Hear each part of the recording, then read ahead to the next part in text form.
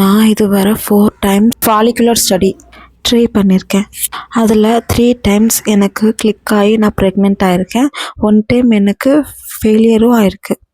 இந்த லாங் வீடியோவில் follicular study அப்படின்னா என்ன, அந்த ஹோல் ப்ராசஸ் என்ன, நீங்கள் வந்து எத்தனை வாட்டி ஹாஸ்பிட்டலுக்கு போகிற மாதிரி இருக்கும், எவ்வளோ செலவாகும் அப்படின்னு நான் அதில் டீட்டெயிலாக எக்ஸ்பிளைன் பண்ணியிருக்கேன். இன்கேஸ் உங்கள் டாக்டர் உங்களுக்கு ஃபாலிகுலர் ஸ்டடி நீங்கள் ட்ரை பண்ணுங்க அப்படின்னு உங்கள்கிட்ட இன்ஃபார்ம் பண்ணால் இந்த 7 நிமிஷம் என்னோட அந்த லாங் வீடியோவை ஒருக்க நீங்கள் ஃபுல்லாக அமைதியாக உட்காந்து கேளுங்க.